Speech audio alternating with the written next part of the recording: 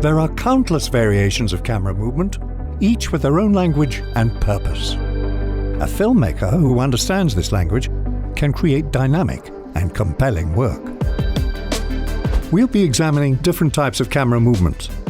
Along the way, we'll be updating a shot list of these camera movements in a Studio Binder shot list, which you can download and reference in your upcoming projects. Now, let's get moving. Let's begin with the shot that has no camera movement at all. This is the static shot.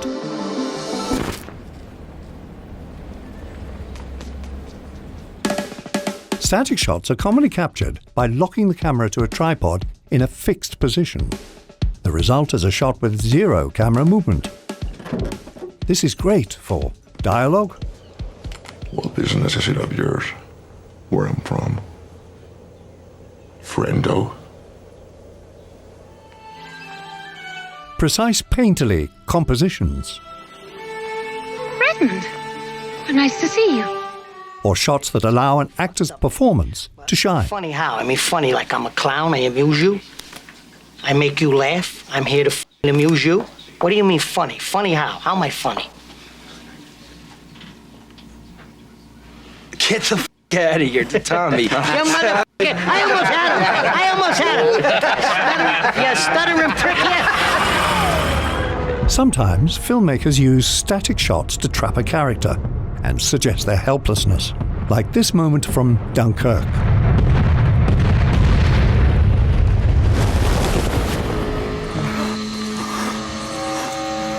In this scene from 12 Years a Slave, the static shot holds on Solomon's lynching.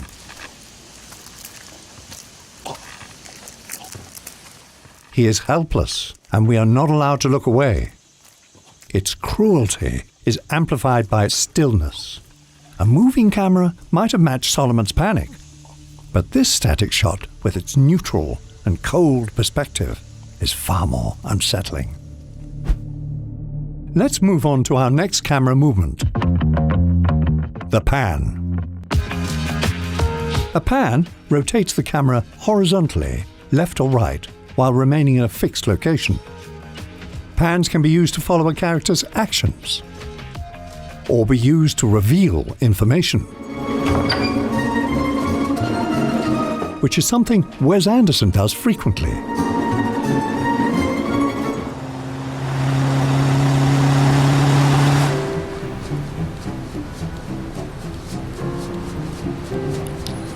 Four minutes, 48 seconds.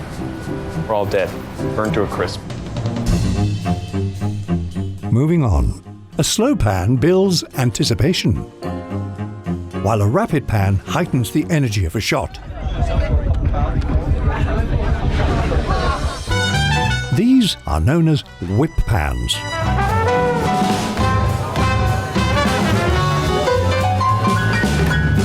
Director Damien Chazelle uses whip pans to create relationships between characters. In La La Land, he amps up the energy in the scene, while underscoring the growing synergy between Sebastian and Mia. He uses the same technique for a different effect in Whiplash, no pun intended.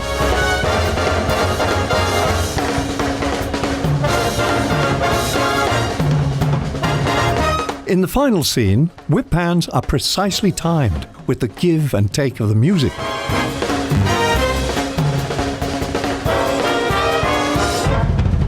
Accenting the combative relationship between Andrew and Fletcher.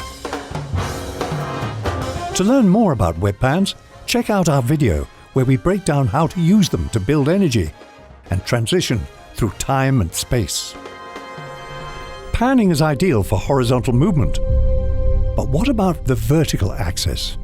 The tilt. A tilt directs the camera upward or downward. Filmmakers use tilts to capture the verticality of a film's world.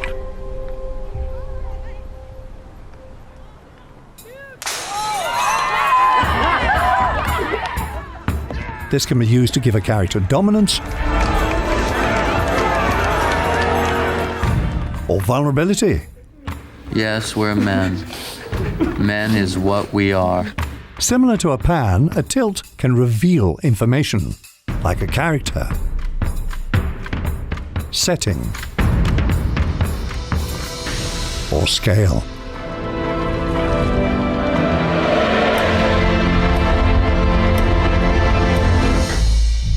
Who are the people? Projections of my subconscious. Yours? Yes. In Inception, Ariadne tests how much of the dream world she can distort. My question is, what happens when you start messing with the physics of it all?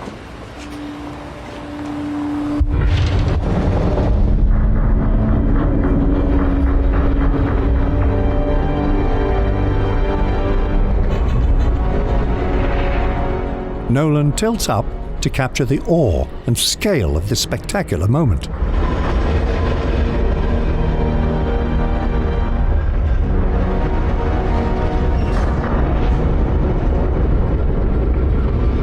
The visceral effect of being on the street, looking upward at such a spectacle, is accentuated with a simple camera tilt.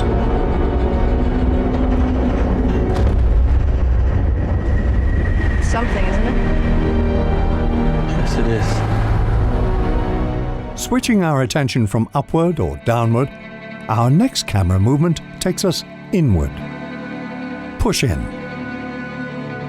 The push-in shot moves the camera towards the subject. Pushing the camera is all about emphasizing a moment. Get our informers to find out where it's going to be held. A visual cue to the audience that this is important. Public place, a bar, a restaurant, some place where there's people so I feel safe.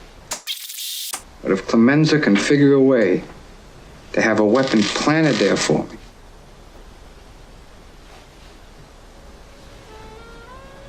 then I'll kill them both.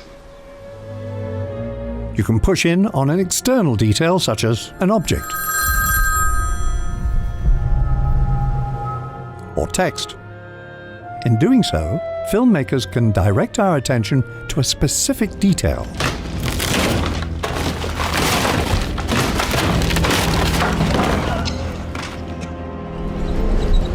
Or it can capture a character's thought process.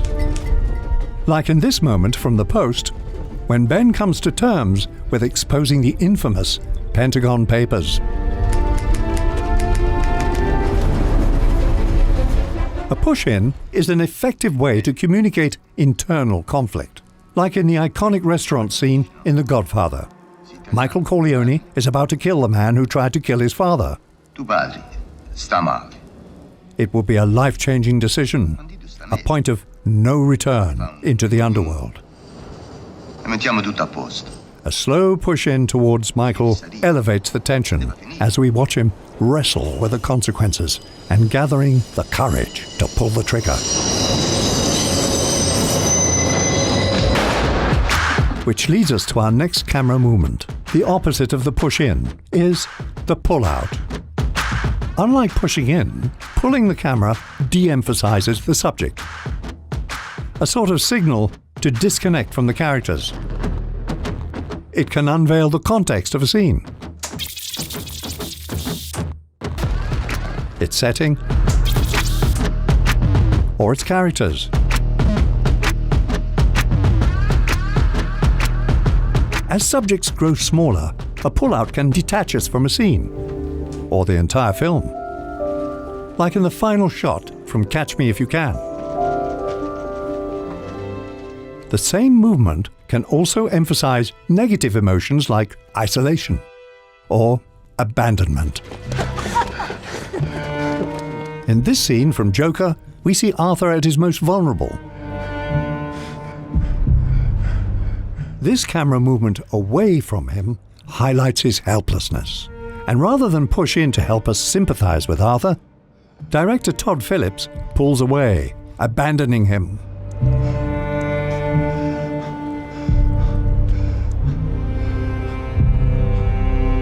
Our next movement directs our attention without moving the camera at all. Enter the zoom. A zoom may not be a camera movement per se, but there is movement created in camera. Zoom shots change the focal length of a camera's lens to zoom in or zoom out.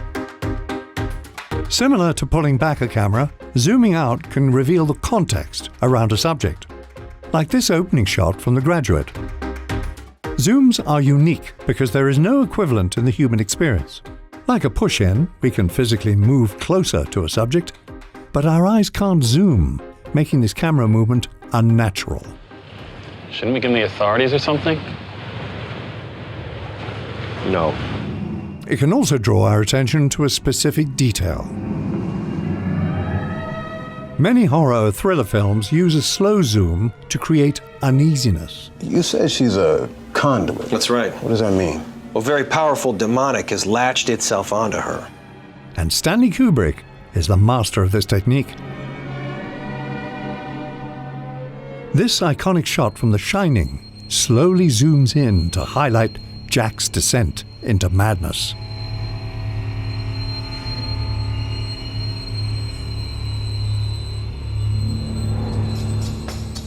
The use of a zoom doesn't stop there. A fast zoom is known as a crash zoom. Crash zooms can often be used for either dramatic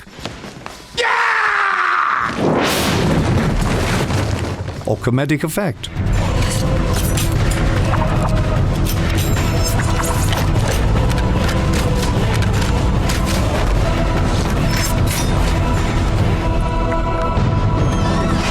Whoa, whoa, whoa, whoa! In Django Unchained, Quentin Tarantino uses the crash zoom repeatedly. For comedy, this seems like a good bit of fun. Drama,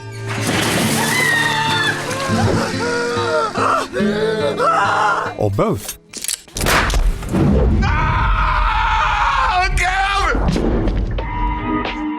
Now, what happens when you pair the in-camera movement of a zoom with physical movements of a camera? It's none other than the dolly zoom. A dolly zoom utilizes both a dolly movement and lens zoom to create something called the vertigo effect. Named after its dramatic use in Hitchcock's Vertigo. A dolly zoom can be done two different ways. The first is by dollying in while zooming out. This causes the background to grow in size while maintaining the scale of the foreground. This is commonly used to portray conflict in a shot, either internal. It broke my heart to put that tumor in her head.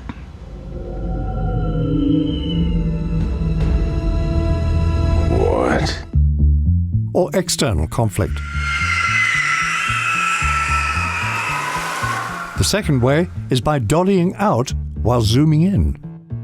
This causes the foreground subject to become dominant over the background. The dolly zoom can be used to highlight a growing relationship between two subjects, like in this scene from Raging Bull, where Scorsese slows everything down. Come on, Ray. The dolly zoom pushes the crowd further into the background as we occupy Jake's POV and battered tunnel vision. We are no longer watching the fight, we are in it.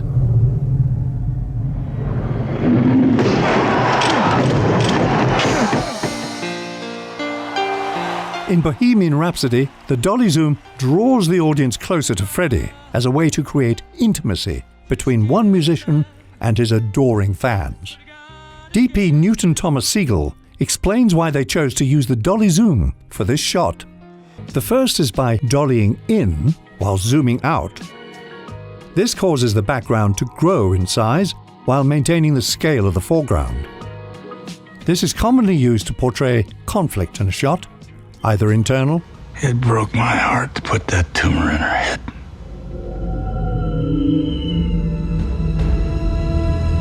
What? Or external conflict. The second way is by dollying out while zooming in. This causes the foreground subject to become dominant over the background. The dolly zoom can be used to highlight a growing relationship between two subjects, like in this scene from Raging Bull, where Scorsese slows everything down. Come on, Ray. The dolly zoom pushes the crowd further into the background as we occupy Jake's POV and battered tunnel vision. We are no longer watching the fight, we are in it.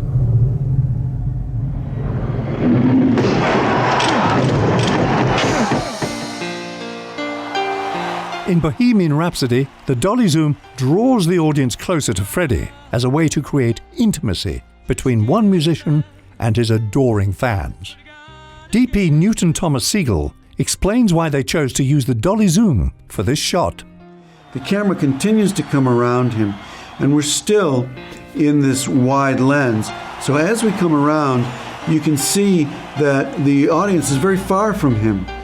But now he's beginning to come into his own, the audience is coming into it, and by using the dolly zoom, we're bringing the audience closer and closer and closer. Freddie's not getting any bigger in the frame, but the audience is getting closer simply by changing the focal length of the lens and the proximity of the camera to the subject. A dolly zoom can be a versatile choice in any shot list to convey either positive or negative psychological effects. Our next camera movement is a rotation known as the camera roll. A roll turns the camera on its long axis while maintaining the direction of the lens. A camera roll is disorienting, unsettling our equilibrium.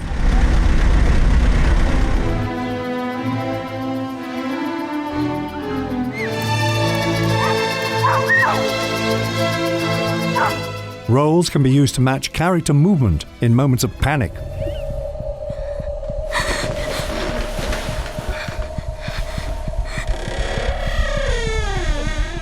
Or conflict.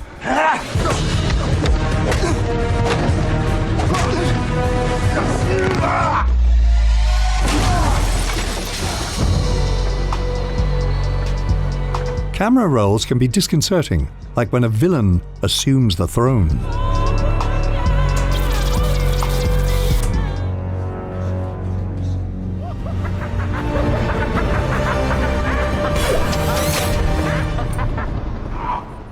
They can also be used to visually reinforce theme, like in this moment from The Dark Knight. You just couldn't let me go, could you? This is what happens when an unstoppable force meets an immovable object. The Joker is captured, strung upside down and defenseless. But as the camera slowly rolls over, he reveals that he still has the upper hand. What did you do? I took Gotham's White Knight, and I brought him down to our level.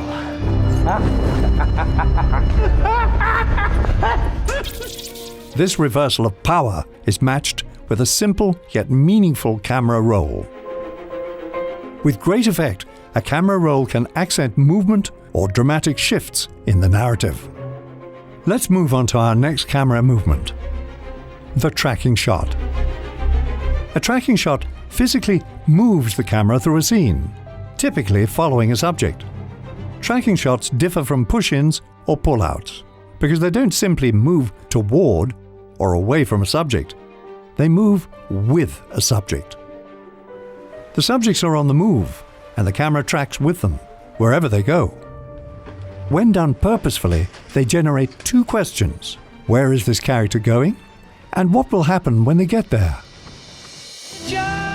This is perfect for long takes that are meant to immerse the audience directly into a scene. Like in this long take from 3 billboards outside Ebbing, Missouri. Director Martin McDonough opts to use a handheld tracking shot to create a visceral documentary-style effect.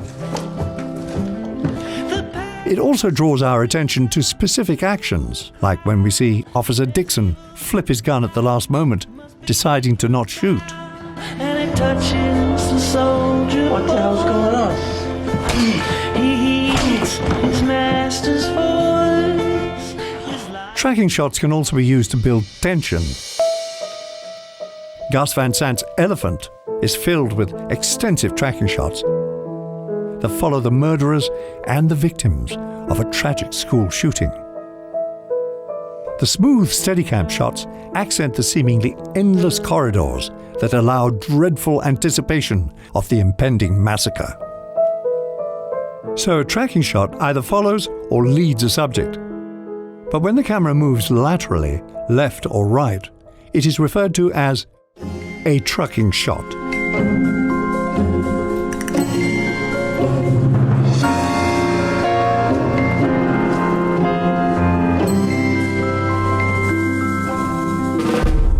Morning, Gadge. Morning, sir. In this scene from Moonrise Kingdom, Wes Anderson continuously trucks the camera right to follow Scoutmaster Ward through his morning inspection of Camp Ivanhoe. Okay. Latrine inspection.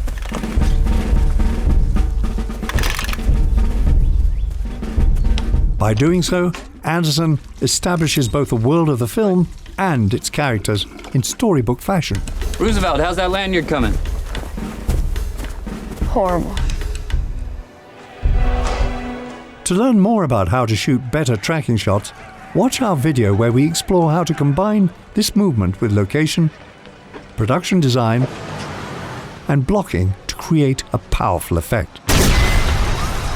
The link is in the description. Tracking shots can be engaging by following the actions of a character. But how do you create energy in a shot where characters are standing still? Consider the arc shot. The arc shot is a camera movement that orbits around a subject. This orbit is typically a horizontal arc, but it can also be vertical. Arc shots add dynamic movement when characters may be standing completely still. Like in this hero shot from The Avengers, which unifies them as a single unit against surrounding threats. Arc shots keep our focus centralized on the subject for moments of intimacy, panic,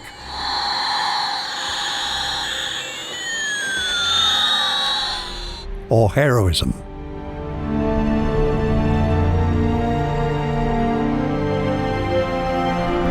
And what about this shot from The Dark Knight? What kind of effect does the arc shot create? As soon as your office got involved... My office? You're sitting down there with scum like Wirtz and Ramirez? The arc shot underscores the tension and reeling panic between Gordon and Dent. Don't try and cloud the fact that clearly Maroney's got people in your office, Dent. And the tension only comes to a stop once our hero poses a solution. Under any circumstances. If I get him to you, can you get him to talk? I'll get him to sing. When the speed of an arc shot is amplified, it can create a dizzying effect, reflective of character's mental state. Like in City of God, when Rocket is caught in the middle of a standoff.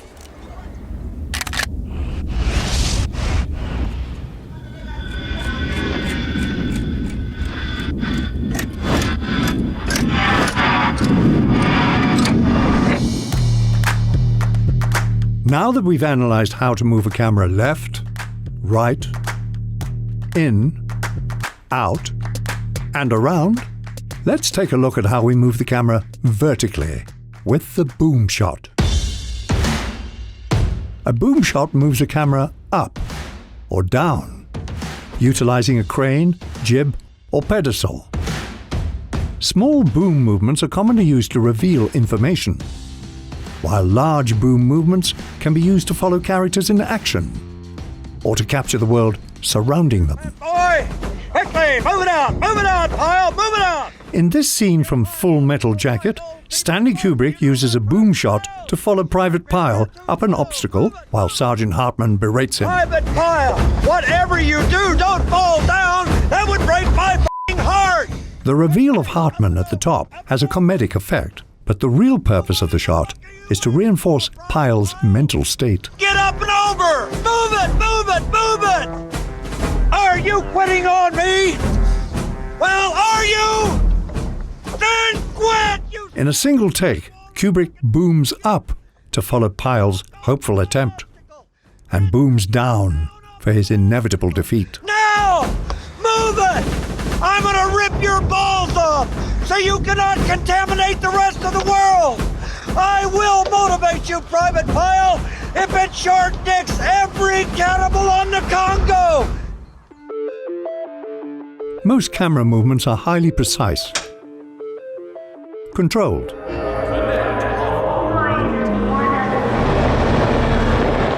But sometimes filmmakers want to produce movement without control, which brings us to our final camera movement: random movement. Random camera movement is defined by camera shake, incidental zooms, or any movement that happens on the fly. Camera shake is often added subtly to create a subjective experience for a more intimate effect. Arbitrary zooms and random camera movement can be used stylistically to create a documentary look. Institutions treat these CDOs like they're as solid as treasury bonds and they're going to zero. No, it can't be right. Which is a technique that Adam McKay uses in The Big Short. You're managing a fund of, what, 555 million? I don't know how to be funny. I don't know how to work people. I just know how to read numbers. And Succession. Have you thought about the possibility that your children are actually scared of you? Oh, f*** off. Random movement gives the impression that events are happening in real time, when nothing is planned and anything can happen. I visited your home this morning, after you'd left. This climactic scene from David Fincher's Seven has two types of shots: controlled and chaotic. What's talking about? Give me your gun. What's going on over there? Put the gun down. I saw you with the box. What was in the box? Notice how each shot reflects the state of mind of each character. Mills's panic. You tell me that's not true. That's not true. And John Doe's calm. By mixing these styles in the same scene, the effect of both is intensified.